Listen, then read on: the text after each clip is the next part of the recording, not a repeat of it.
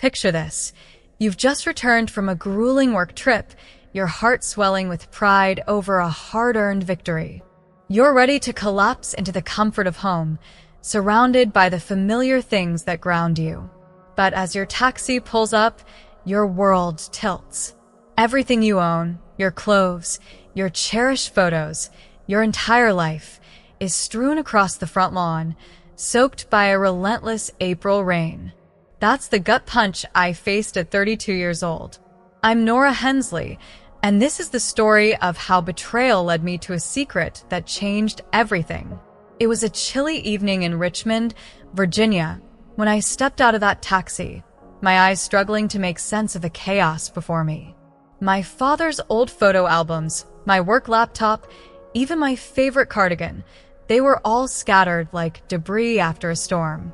A cruel note, pinned to that cardigan, cut deeper than the rain. Move to the basement or get out. It was signed by my step-siblings Gideon and Lila, the people who decided I was no longer part of their family. Their betrayal wasn't just personal, it was public, played out for neighbors to witness, their whispers adding weight to my humiliation. But what Gideon and Lila didn't know was the gift my father, Everett, had left me, a secret he'd kept even from them. A key, small and unassuming, hung around my neck, its purpose a mystery until that moment.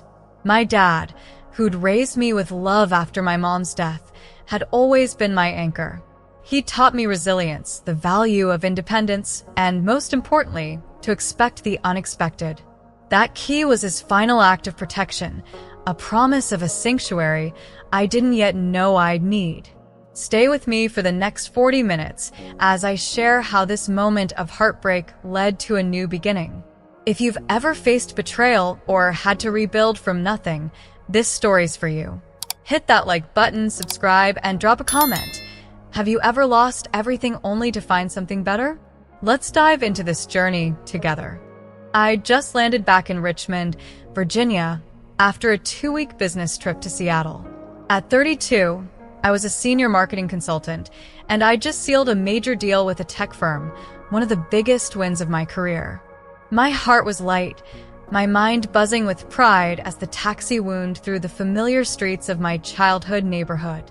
Maple Street, lined with its old colonial homes, always felt like a safe haven, a place where I could exhale. But as we turned the corner, the world seemed to slow. The driver's voice cut through my thoughts, low and uncertain. "Ma'am, is that your stuff on the lawn?" I followed his gaze, and my breath caught. There, in the drizzle of an April evening, were my belongings, scattered across the front yard like the wreckage of a storm. My books, their pages curling in the wet grass. My clothes, tangled and muddy. The photo albums my dad, Everett, had made for me, their covers swollen with rainwater. My work laptop, precariously balanced on a pile of notebooks, glistened under the streetlight. I stepped out of the taxi, my legs unsteady, as if the ground itself had betrayed me. The rain stung my face, but it was nothing compared to the ache in my chest. This was my home, the house where I'd grown up, where I'd laughed with my dad, where I'd thought I belonged. How could it all be reduced to this mess on the lawn? I reached for a framed picture of me and Dad for my 10th birthday, his arm around me, both of us grinning. The glass was cracked, the image already blurring as water seeped in. I clutched it to my chest, my throat tightening. This wasn't just stuff, it was my life, my memories, my identity, tossed out like garbage. I paid the driver, barely hearing his mumbled condolences, and stood there, alone in the rain, trying to comprehend the cruelty of what I was seeing. Who could do this? And why? As I waded through the chaos, my shoes sinking into the muddy lawn, I spotted my favorite cardigan, a soft blue one Dad had given me for Christmas years ago. It was draped over a cardboard box, sodden and heavy. Pinned to it was a piece of paper, flapping in the wind. My hands trembled as I pulled it free, the ink smudged but still legible. The words hit me like a slap. "Move to the basement or get out." It was signed by my step-siblings, Gideon and Lila. Gideon, 35, always smug, always acting like he owned the place. Lila, 28, with her sharp tongue and sharper grudges. They'd been part of my life since I was 12, when their mom, Celeste, married my dad. But this was a declaration of war. The note wasn't just a message. It was a power play, a way to shove me to the margins of the family I'd fought to hold on to. I read it again, the words burning into me. The basement? The damp, unfinished space where we stored old paint cans and broken furniture? They expected me to live there, like some unwanted tenant, while they claimed the house my dad had built. The betrayal sank deep, twisting in my gut. I crumpled the note, my fingers shaking with a mix of shock and rage. This wasn't just about stuff. This was about erasing me.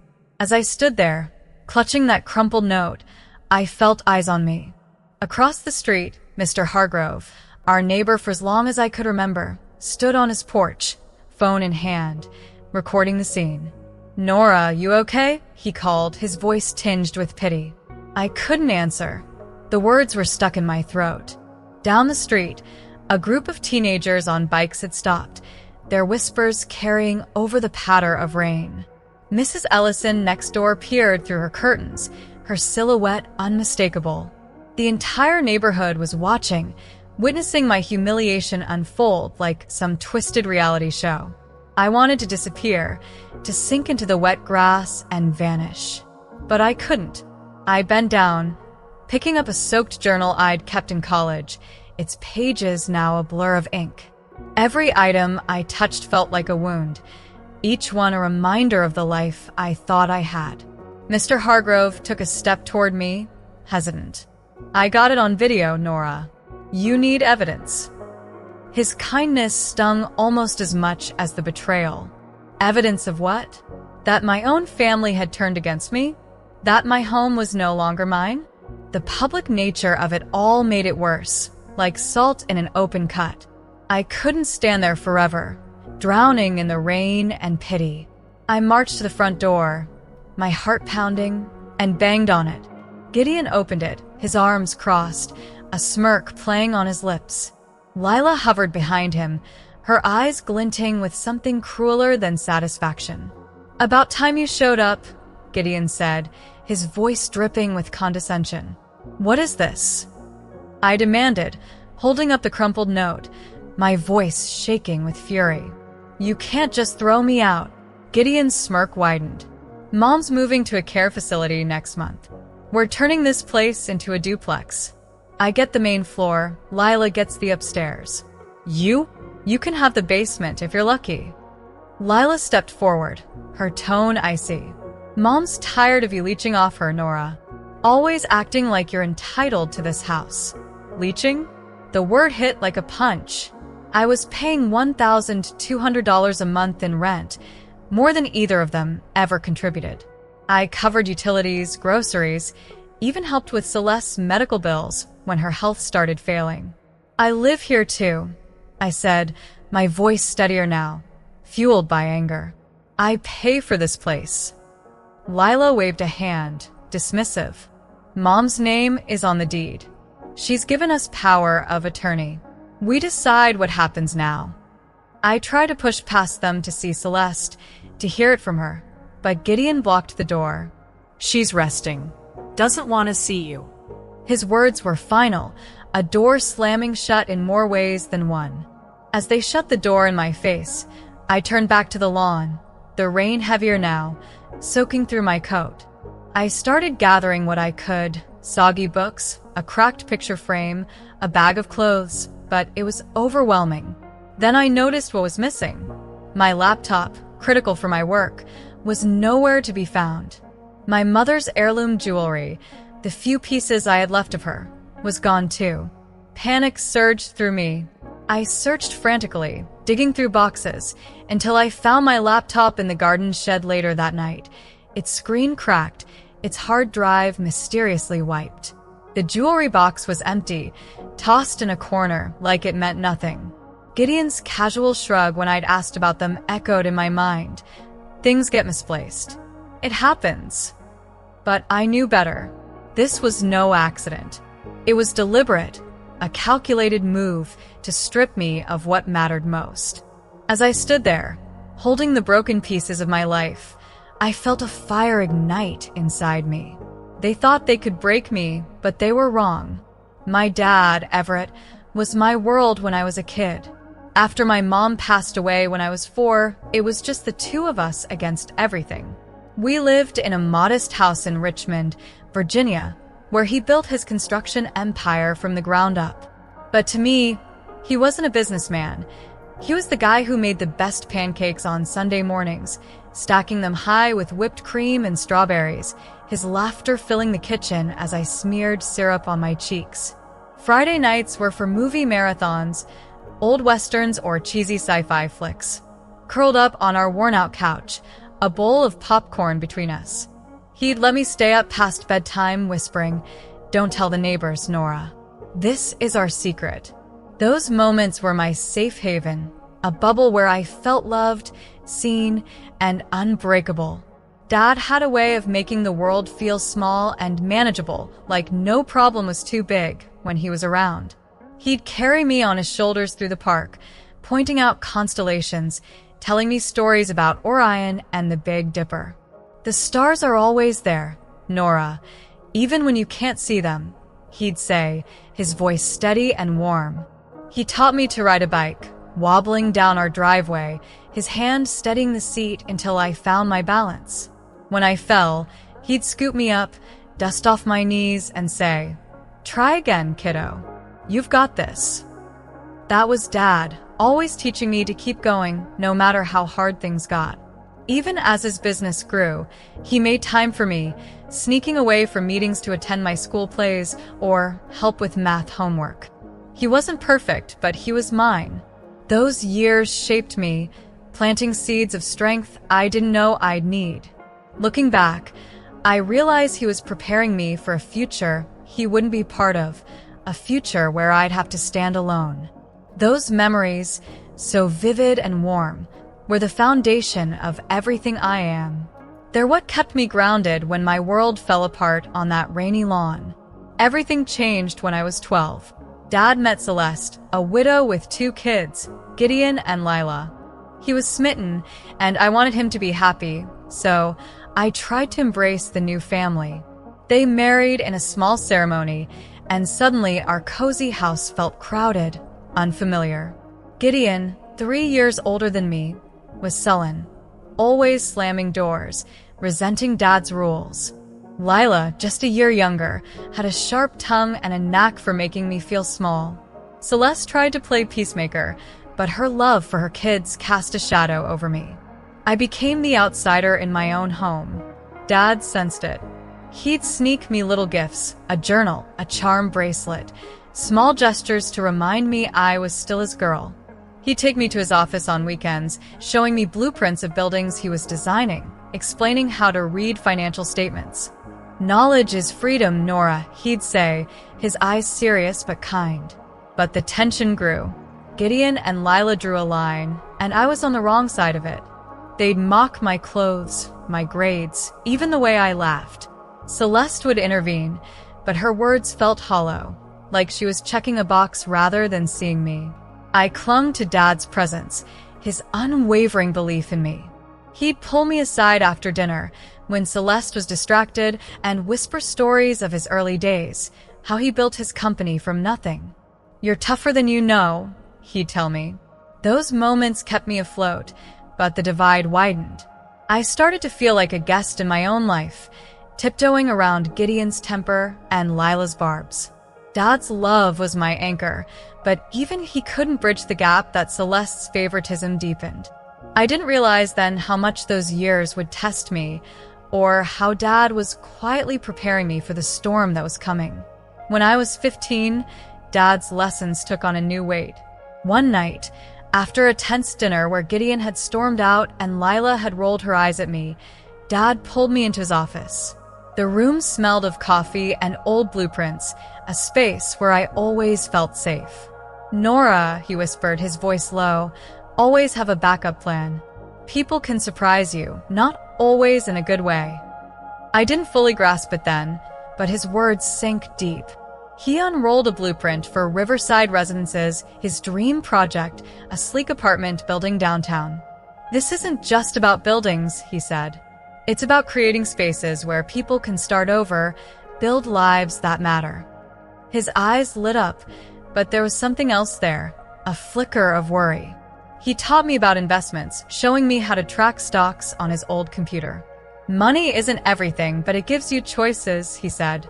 He opened an investment account for me that year, depositing a small sum from his business. "This is yours, Nora. Watch it grow, and don't let anyone take it from you." I nodded, feeling the weight of his trust. It wasn't just about money. It was about independence, about never being at the mercy of others. That conversation stayed with me, a quiet promise that I'd always have a way out, even if I didn't know I needed one yet. By my senior year of college, Dad's health began to falter. He'd always been strong, a man who could lift beams at a construction site or carry me up the stairs when I fell asleep on the couch. But pancreatic cancer doesn't care about strength. It came fast, stealing his energy, his weight, his light. I'd drive home from campus every weekend, sitting by his hospital bed, holding his hand as he grew frilier. He'd still smile, still try to make me laugh, but his voice was weaker, his story shorter. "You're going to be okay, Nora," he'd say, squeezing my hand. "You're my tough one." I wanted to believe him, but the fear of losing him was suffocating. A month before he passed, he called me to his office at home. The room was dim, the air heavy with the scent of medicine. He handed me a small key, its edges worn but sturdy. "When the time is right, use this," he said, his voice barely above a whisper. "It's for you and only you." I asked what it was for, but he just smiled, a sad, knowing smile. "You'll know when you need it." I slipped it onto a chain around my neck, a talisman I didn't yet understand. When he died a few weeks later, I felt unmoored, like the stars he'd taught me to find had vanished. That key became my last connection to him, a mystery I carried through the grief. I didn't know then that it would be my salvation, a gift he'd left to pull me through the betrayal that was waiting. As I stood on that rain-soaked lawn, surrounded by the wreckage of my life, the front door creaked open again. Lila stepped out, her arms crossed, a cruel smirk twisting her lips. She was 28, younger than me, but her eyes held a venom that aged her beyond her years. The rain plastered her hair to her face, but she didn't care. She walked toward me, her boots squelching in the mud, and stopped just close enough to make sure her words would cut. "You look pathetic out here, Nora," she said, her voice dripping with disdain. "Picking through your trash like some stray dog." I froze, clutching a soggy journal, my fingers trembling not from the cold, but from the weight of her cruelty. "You were never family," she continued, her words sharp as knives. "Just Dad's charity case, leeching off Mom's house, acting like you deserved it." Charity case? The accusation burned. I'd been paying $1,200 a month in rent, covering utilities, even helping with their mother's medical bills, while Lila bounced between dead-end jobs and Gideon loafed around. I wanted to scream, to throw her words back in her face, but my throat was tight, my voice lost in the storm. She stepped closer, her smirk widening. "You thought you could stay here forever, didn't you? Playing the poor little orphan, milking Dad's memory for sympathy?" Each word was a jab, meant to unravel me. I bent down to pick up a photo of me and my dad, its edges curling in the wet grass, and Lila laughed, a cold, hollow sound. "Keep your junk, Nora. It's all you've got left." She turned back toward the house, her boots kicking a book into a puddle as she went. The door slammed behind her, leaving me alone with the rain and her venom echoing in my head. I'd spent years trying to fit into their world, to be the sister they'd never accept. But in that moment, I realized they'd never seen me as anything but a burden. Lila's taunts weren't just words. They were a declaration that I didn't belong, and never would. The rain kept falling, blurring the world around me, but I wasn't alone. Not entirely. Across the street, Mr. Hargrove, our neighbor for decades, stood on his porch, his phone still in hand. He was in his late 60s, a quiet man who'd always waved when I passed by. Now, his face was creased with concern. "Nora, you okay?" he called, his voice cutting through the patter of rain. I couldn't answer. The lump in my throat was too heavy. He hesitated, then stepped off his porch, umbrella in hand, and crossed the street. "I saw what they did," he said, softer now, standing beside me. "I recorded it, Nora. Got the whole thing. Gideon tossing your stuff out, laughing like it was a game." His words hit me like a lifeline, fragile but real. Evidence. Proof that this wasn't just in my head, that their cruelty was real. But it also broke something in me. Watching that video later, Gideon's careless grin, Lila's mocking wave, would feel like reliving the betrayal frame by frame. Mr. Hargrove shifted awkwardly, his umbrella shielding us both. "You need this for the police? Or a lawyer? You don't deserve this, kid." His kindness was a small warmth in the cold, but it also sharpened the sting of my public humiliation. Neighbors were still watching, Mrs. Ellison's curtains twitching, kids on bikes lingering down the street. This wasn't just my pain, it was a spectacle. Yet Mr. Hargrove's offer, his quiet outrage on my behalf, reminded me that not everyone saw me the way Gideon and Lila did. "Thank you," I managed to whisper, my voice barely audible. He nodded, his eyes sad but steady. "You're stronger than they think," he said, before turning back to his house. His words stayed with me, a flicker of light in the darkness of that moment. I couldn't stay on that lawn forever, surrounded by the ruins of my life. My hands are shaking, not just from the cold, as I pulled out my phone and dialed Tessa, my best friend since college. She picked up on the second ring, her voice bright until she heard mine. "Nora? What's wrong?" she asked, instantly alert. "They threw my stuff on the lawn," I said, my voice breaking, barely holding back tears. "Gideon and Lila, they threw everything out. My books, my clothes, everything." There was a pause, then Tessa's voice turned sharp, furious. "Those monsters. Where are you?" "I'm coming right now." I gave her the address, my words stumbling, and within 20 minutes, her car screeched to a stop. Tessa leapt out, her face a mix of shock and rage as she took in the scene. "This is unreal," she said, grabbing a box and starting to load it with whatever could be salvaged. "They can't do this to you, Nora. They can't." Her anger was a comfort, a reminder that someone was on my side. We worked together, pulling clothes and books from the mud, her hands moving as fast as her words. "You don't deserve this," she kept saying, her voice fierce. "You've been holding that house together, paying their bills, keeping things running. And this is how they repay you." I nodded, too overwhelmed to speak. Tessa's presence was a lifeline, pulling me back from the edge of despair.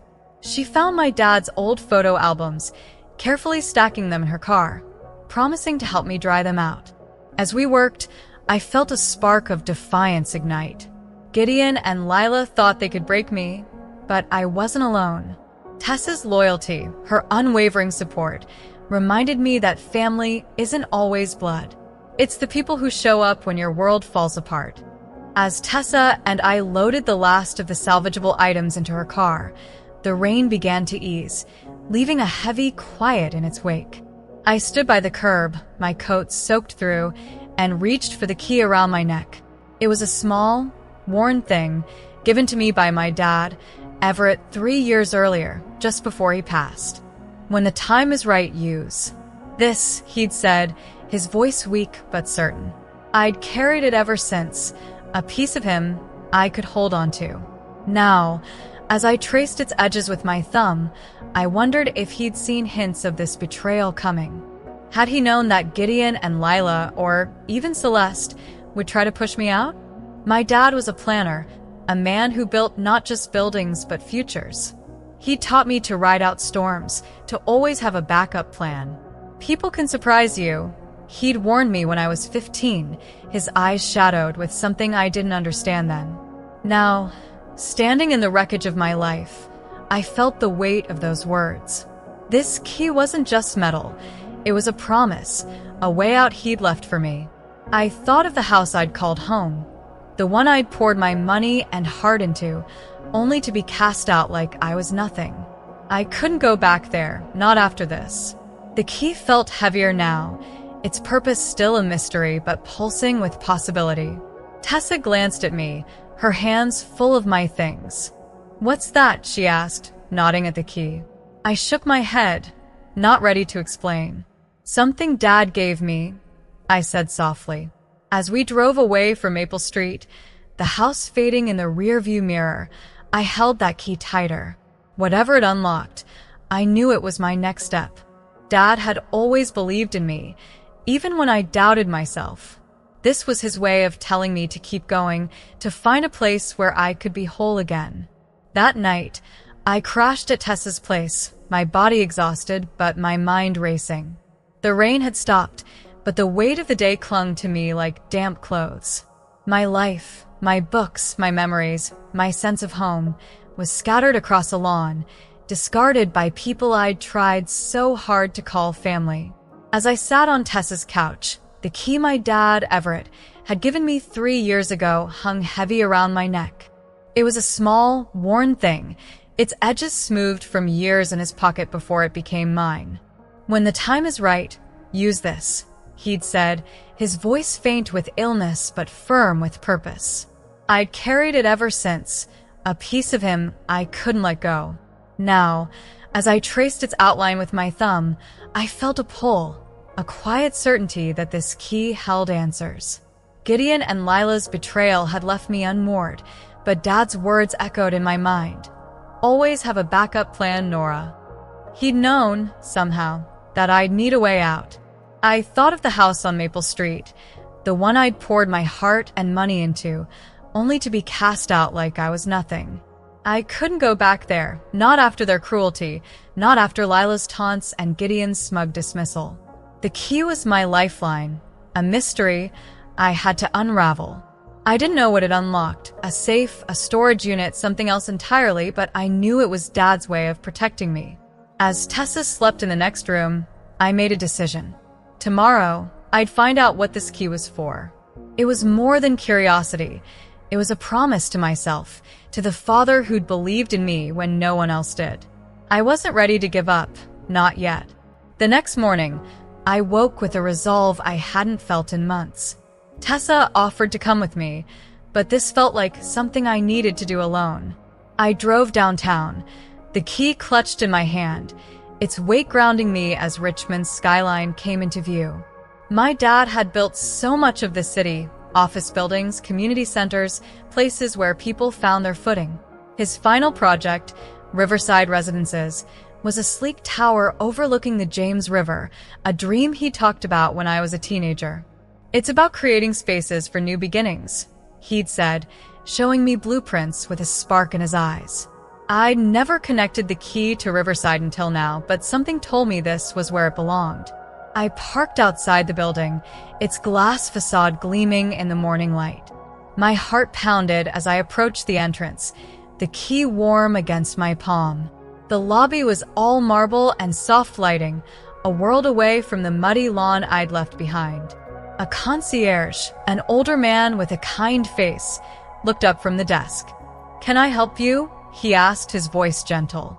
"I'm Nora Hensley," I said, my voice steadier than I felt. His eyes widened slightly, a flicker of recognition crossing his face. "Ms. Hensley," he said, almost reverently. "Your father spoke of you often. I'm Walter. Please come with me." He led me to the elevator, his words sinking in. Dad had spoken of me here? My chest tightened with a mix of grief and hope as the elevator hummed upward.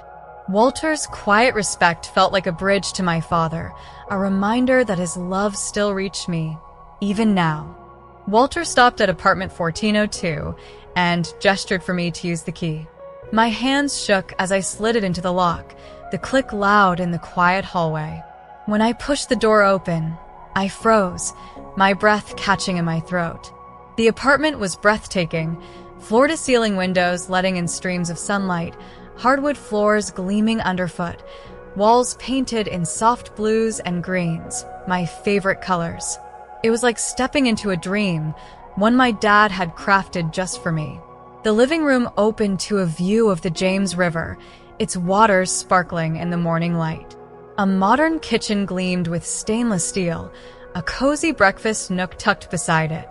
The bedroom was a sanctuary, with a plush bed and a walk-in closet that felt like it belonged in a magazine.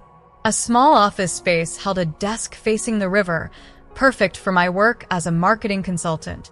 On the coffee table sat an envelope, my name written in Dad's familiar scrawl. I opened it with trembling fingers, tears already blurring my vision. "This is your sanctuary, Nora," the letter read. "No one can take it from you. I bought it outright, taxes prepaid for a decade. You're stronger than you know. Love, Dad." I sank onto the couch, clutching the letter, overwhelmed by his foresight, his love. This wasn't just an apartment. It was a new beginning, a place where I could rebuild. Every detail, the colors, the view, the quiet, felt like Dad's arms around me, telling me I was enough. I'd been clinging to a toxic home on Maple Street, but this was where I belonged. As I explored further, the apartment revealed more of Dad's touch. On the desk in the office, I found a framed photo from my college graduation, me in my cap and gown, Dad beaming beside me, his pride unmistakable even as his illness had started to show. It was one of our last moments together, a memory I'd thought was lost to the rain-soaked lawn. I traced his face through the glass, tears falling freely now. In the closet, I found clothes in my size, simple, elegant pieces in blues and greens, the kind I'd always loved but rarely bought for myself. It was as if Dad had known exactly what I'd need to feel at home. A bookshelf held a few of his favorite novels, ones we'd read together during our movie nights, their pages worn from his hands. In the kitchen, a small jar of my favorite chamomile tea sat on the counter, a nod to the nights we'd spent talking over steaming mugs. Every detail was a piece of him, a reminder that he'd seen me, truly seen me, when others hadn't. I sat on the couch again, the letter still in my hand, and felt something shift inside me. The pain of Gideon and Lila's betrayal, the humiliation of that lawn, was still there, but it was quieter now. This apartment was more than a gift. It was Dad's way of telling me I didn't need their approval, their house, their version of family. I could start over, here, in a place built for me. As I looked out at the river, I felt a spark of strength ignite. Dad had given me a sanctuary, and I was ready to claim it. With the key to my new home at Riverside Residences still warm in my hand, I felt a spark of strength I hadn't known I had. My dad, Everett, had given me more than an apartment. He'd given me a chance to start over. But I needed answers about the apartment, about my place in his legacy, about what I could do to protect myself from Gideon and Lila's cruelty. The morning after I stepped into apartment 1402, I called Sterling Voss, my dad's lawyer and friend for decades. His office was in downtown Richmond, a quiet space filled with leather-bound books and the faint scent of coffee. Sterling greeted me with a warm handshake, his eyes kind but sharp, like he'd been expecting this moment. "Nora," he said, settling behind his desk, "your father planned for you carefully." He pulled out a thick file labeled with my name, and my heart skipped a beat. He explained that Dad had left me 40% of his construction company, Hensley Builders, a stake that had been quietly accumulating dividends since his death 3 years ago. The numbers were staggering, hundreds of thousands of dollars, sitting in an account I'd barely touched, too caught up in grief and the chaos of life with Celeste's family. But there was more. Sterling leaned forward, his voice steady. The house on Maple Street, its mortgage, taxes, utilities, even Celeste's medical expenses. Your dividends have been covering them. $7,000 a month, Nora, straight from your inheritance. I felt the air leave my lungs. I'd been paying $1,200 a month in rent to live in that house, thinking I was just a tenant, while my own money funded Gideon and Lila's lives. They'd mocked me, thrown my belongings on the lawn, all while living off my dad's legacy to me. Sterling's next words hit harder. "Your father set this up to give you control, Nora. He knew you might need to draw a line." I sat there, the weight of Dad's foresight sinking in. He'd seen the fractures in our family, the way Celeste favored her kids, the resentment Gideon and Lila harbored. This wasn't just about money, it was about power, about giving me the tools to stand up for myself. Sterling looked at me, his gaze steady. "What do you want to do?" he asked. I didn't have an answer yet, but I knew one thing. I was done being their doormat. As I left Sterling's office, my mind was a storm of emotions: anger at Gideon and Lila's betrayal, grief for the family I'd never truly had, and a growing resolve to take back my life. I spent the next few days in my new apartment, staring out at the James River, letting Dad's letter echo in my mind. "This is your sanctuary, Nora. No one can take it from you." He'd built this place for me, but he'd also given me the means to protect it. I thought about the house on Maple Street, the one I'd poured my heart into, only to be cast out. I'd been paying for their electricity, their heat, their comfort, while they treated me like an intruder. It wasn't just unfair, it was theft, not of money, but of my dignity. I called Sterling back and told him my decision. "I want to stop the payments," I said, my voice steady for the first time in days. "No more rent, no more covering the mortgage or utilities. Redirect my dividends to my personal account, and give them 3 months to figure out the household expenses on their own." Sterling nodded over the phone, his tone approving. "It's not revenge, Nora, it's boundaries. Your father would be proud." I wasn't cutting them off out of spite. I was reclaiming what was mine. Celeste's medical care was already secured through a separate trust Dad had set up, so I knew she'd be okay. But Gideon and Lila? They'd have to stand on their own, just as they'd forced me to do when they threw my life onto that lawn. It felt like shedding a weight I'd carried for years.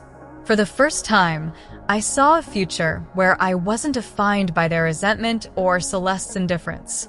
This was my line in the sand, drawn with the strength Dad had instilled in me.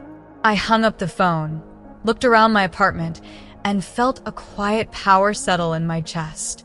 I was no longer the girl begging for a place in their family. I was Nora Hensley, and I was taking control. 2 weeks later, my phone rang. It was Gideon, his voice a mix of panic and rage. "The mortgage payment's late, Nora. What did you do?" I could hear Lila in the background, her tone shrill, demanding he put me on speaker. I took a deep breath, keeping my voice calm. "That's your problem now, Gideon," I said. "I'm not paying for the house anymore." There was a stunned silence, then Lila's voice cut in, venomous. "You selfish traitor. You can't just abandon Mom like this." Abandon? The irony stung. They'd thrown my belongings into the rain, erased me from the home I'd helped sustain, and now they were calling me the traitor? I didn't take the bait. "Celeste's care is covered," I said evenly. "You two need to figure out the rest." Gideon spluttered, threatening legal action, but I knew they had no ground to stand on. Sterling had made that clear. Later that day, I got texts from friends, screenshots of Lila's social media posts. She'd written a long rant, painting me as the villain, claiming I'd cut off the family out of greed. "Nora's always been selfish," she wrote. "She's abandoning us when Mom needs her most." The lies twisted in my gut, but I didn't respond online. Instead, I sent Mr. Hargrove's video, the one he'd recorded of Gideon tossing my things into the rain, to a few close friends. Let the truth speak for itself, I thought. Their reactions, their desperation, showed me how little they'd expected me to fight back. They thought I'd cave, that I'd keep funding their lives while they pushed me out. But Dad had taught me better. His lessons, his key, his love, they were my foundation now. I wasn't just cutting ties with their house. I was cutting ties with their control over me. 6 months had passed since I'd walked away from the house on Maple Street, since I'd found my sanctuary in the apartment my dad, Everett, had left me. Riverside Residences had become my haven, a place where I could breathe, where the pain of Gideon and Lila's betrayal felt a little further away. But that October afternoon, as I stepped into the marble lobby of Riverside, my heart stopped. There they were, Gideon and Lila, standing by the concierge desk, looking as out of place as I'd felt on that rain-soaked lawn. Gideon, 35, his usual smugness replaced by a disheveled desperation, his jacket wrinkled, his eyes darting. Lila, 28, her hair messy, her face pale, clutched a worn purse like it was her last lifeline. They hadn't seen me yet, but the sight of them twisted something deep in my chest. What were they doing here? This was my space, the one place they couldn't touch. I overheard Lila's voice, sharp and pleading, as she spoke to Walter, the concierge. "We need to see Nora. It's urgent." Gideon cut in, his tone gruff. "She owes us. This building, it's part of Dad's estate. We deserve a piece of it." My blood ran cold. They'd lost the house on Maple Street. My decision to stop funding the mortgage had hit them hard, just as I'd known it would. But to come here, to invade the sanctuary Dad had built for me, it was a violation, a final attempt to claw back control. I stood frozen, the key around my neck feeling heavier, a reminder of Dad's promise. "No one can take this from you." I wanted to run, to hide, but something stronger stirred inside me. I'd spent years shrinking to fit into their world, but not here. Not now. I took a deep breath, my hands steadying, and stepped forward. This was my home, and they weren't welcome. As I approached, Gideon spotted me, his eyes narrowing. "Nora," he said, his voice a mix of anger and desperation. "You've got some nerve, cutting us off like that." Lila stepped forward, her voice trembling but sharp. "We're losing the house because of you. Mom's struggling, and you're living it up here? Let us stay. You owe us." I felt a surge of anger, but I kept my voice calm, steady, like Dad would have. "You threw my life onto the lawn," I said, my words measured. "You called me a leech while I paid your bills. This is my home, not yours." Gideon's face reddened, and he took a step toward me, his voice rising. "This building is Dad's legacy. We're his family, too." I stood my ground, the memory of Dad's letter burning in my mind. "This is your sanctuary." He'd known they'd try to take more, even after his death. "Dad gave this to me," I said, my voice unwavering. "You have no claim here." Gideon's hand shot out, as if to push past me toward the elevator, but Walter was faster. He signaled to security, and 2 guards appeared, their presence calm but firm. "Sir, you need to leave," one said, stepping between us. Gideon tried to argue, his voice loud, desperate, but the guards gently guided him toward the exit. Lila's eyes filled with tears, her voice breaking. "Dad would have wanted us to stay together," she said, almost a whisper. I shook my head, my resolve unshaken. "Dad wanted me safe," I replied, "and that means away from you." The guards escorted them out, their protests fading as the lobby doors closed. I stood there, my heart pounding but my spirit steady. A week later, I filed for a restraining order, drawing a final line. Dad's words echoed, "No one can take this from you." I'd honored his gift by protecting it. As Gideon and Lila disappeared from view, I felt a weight lift, but I wasn't alone. Mrs. Langston, an older neighbor from the floor below, approached me, her eyes warm with concern. She'd been in the lobby, watching quietly, and now she placed a gentle hand on my arm. "You're stronger than they'll ever be, Nora," she said, her voice soft but firm. "You did what you had to." Her words were like a balm, soothing the raw edges of the confrontation. Mrs. Langston had welcomed me to Riverside from day one, sharing coffee and stories of her own life's battles. Now, Her support felt like a reminder that I'd found a new kind of family here, one built on kindness, not resentment. Other neighbors had started to gather, their quiet nods and murmured support wrapping around me like a shield. This community, this place Dad had given me, was more than walls and windows. It was a home where I was seen, valued, and safe. I thanked Mrs. Langston, my voice thick with gratitude, and headed back to my apartment, locking the door behind me. For the first time in years, I felt truly free. Today, I'm not the woman who stood on that rain-soaked lawn, watching her life scatter in the mud.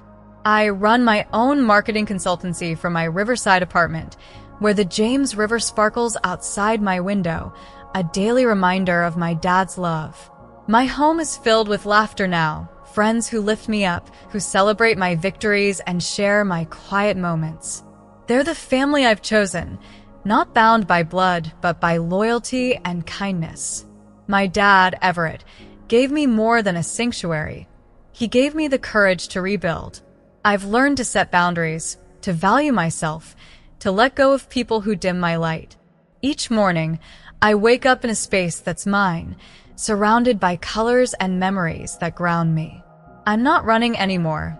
Not from Gideon's cruelty, Lila's taunts, or the pain of betrayal. I'm building a life that feels true, one where I'm enough, just as I am. Sometimes I visit Dad's grave, laying flowers by his headstone, whispering, "You saw what I couldn't." His wisdom carried me through the storm, teaching me that letting go of what hurts opens doors to what heals. If you're stuck, facing betrayal or a past that weighs you down, know this: one step can change everything. Find your strength, your sanctuary, and don't look back. I'd love to hear your story. How did you rebuild after loss? Drop it in the comments below. Let's inspire each other. If this journey moved you, hit that like button, subscribe, and share it with someone who needs to hear it. Together, we can remind the world that from the ashes of betrayal, we can rise stronger, freer, and whole.